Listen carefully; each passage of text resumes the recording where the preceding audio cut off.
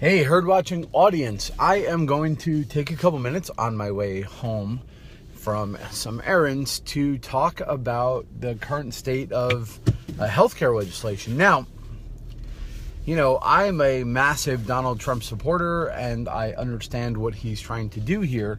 Trump is above all a deal maker, and that's one of the reasons why I was confident in electing him, because Donald Trump will get stuff done, and he will do it in a way that he thinks is expeditious. And that means, more so than any of his opponents, were willing to admit that Donald Trump is a man who is not afraid to compromise if that's what he needs to do to get something done.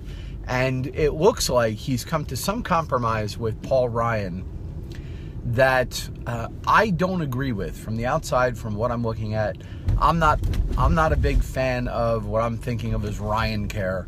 I don't like the way that we're going about getting rid of Obamacare, which is a disastrous policy. I understand that it's possible to point to X number of million Americans who are now covered who weren't before, and for those of you who are in danger of losing your coverage, you have my sympathy. But as someone who pays in aggregate around 39% of my earned income in taxes in one form or another between federal and New Jersey state, does not qualify for a subsidy and cannot, as a result, afford health care.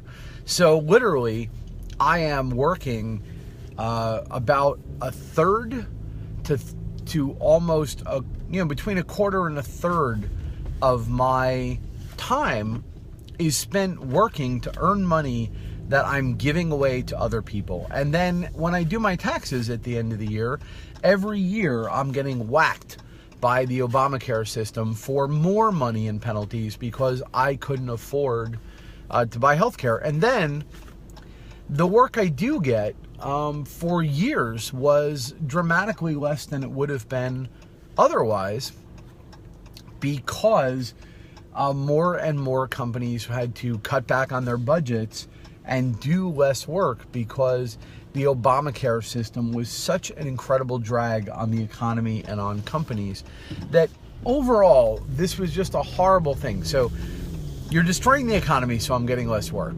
You're taking more of my money because taxes as a whole went up under Obama, and you're penalizing me because in the end, thanks to you taking a bunch of my money to give other people health care, I can't afford health care, and you're then penalizing me for that.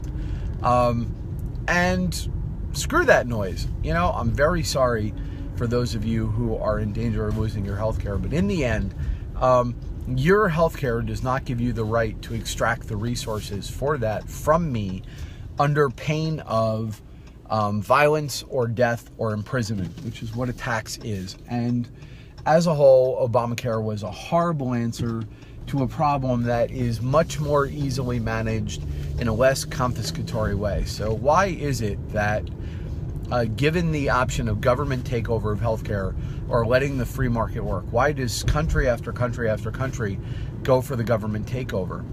And the answer is simple. If the government owns healthcare, then the party in power owns every aspect of your life. And you have to curry their favor for everything, because they literally have the power of life and death over you. What they agree with or don't agree with, whether they approve you or don't, what they think of your lifestyle choices, yes or no. You hand all that over to the government, and it's just ridiculous. But of course they love that. Of course they love it. Particularly if you're of the party that's, buying your way into power by giving people free stuff. As we're seeing, once you give people free health care, you basically have a lock in their vote forever. Anyway, so I get it. Obamacare was horrible. We're trying to get rid of it. And Donald Trump sees a way to get Paul Ryan and some other guys on board.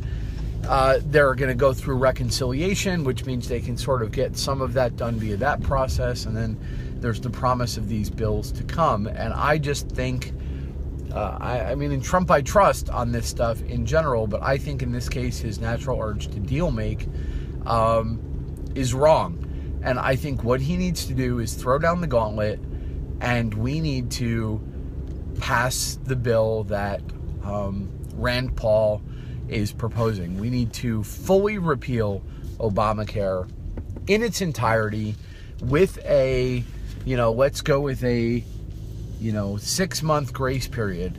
So we repeal it, it sunsets in 6 months, and we get rid of the income tax penalties right away, sunset the program in 6 months, and then we replace it with something dramatically more market focused, and we do that so that we get exactly what we wanted to get: a full repeal, and then a ticking clock to force a replacement. We obviously have to talk about the replacement. There's obviously politics to be done. There's a lot of sausage that needs to be ground. I personally would prefer not to replace it at all. I would repeal Obamacare, repeal about 80% of the government involvement in the healthcare market in its entirety. Get rid of the mandates, get rid of the taxes, get rid of the regulation, get rid of the restrictions on cross-state insurance pools, and maybe put a little more funding into Medicare and Medicaid for the people at the super low end who fall through the cracks. And other than that, I would leave it to the market. But America doesn't really have the stomach for that right now, so we're going to wind up with some sort of healthcare subsidy plan in place, and I guess that's inevitable. But it needs to be done in a way that doesn't point a gun at the heads of everybody else in the country and say, your job, you have a responsibility to pay for the needs and wants of your fellow man. Otherwise, we're going to throw you in jail or shoot you. That's the basis of collectivism. That's the basis of socialism. That's the basis of communism. And I reject it. I reject it as a concept. I reject it ethically and morally. So, when all is said and done, what do I think about the way healthcare is going?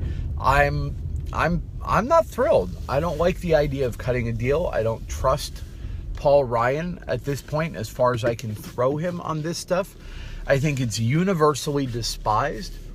And I'm also not going to be horribly shocked if this doesn't turn out to be a play and that Donald Trump is, looking like he supports it. And then when it fails, he's like, okay, we tried, and here's the full repeal and replace plan.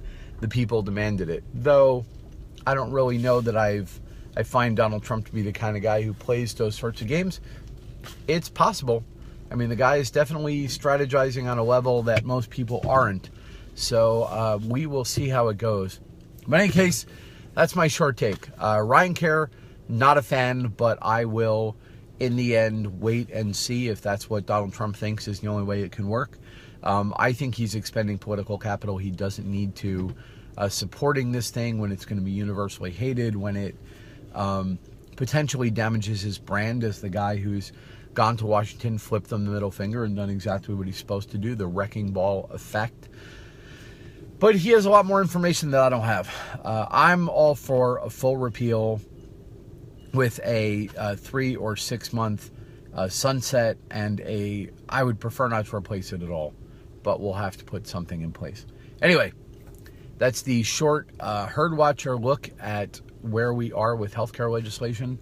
We are going to be doing a longer herd watching episode, maybe as long as an hour, on Monday afternoon. I'll probably put a phone number up where you guys can call in and we can talk, or I'll be able to see the Facebook chat. All right, guys, I will talk to you later on. Thanks for watching.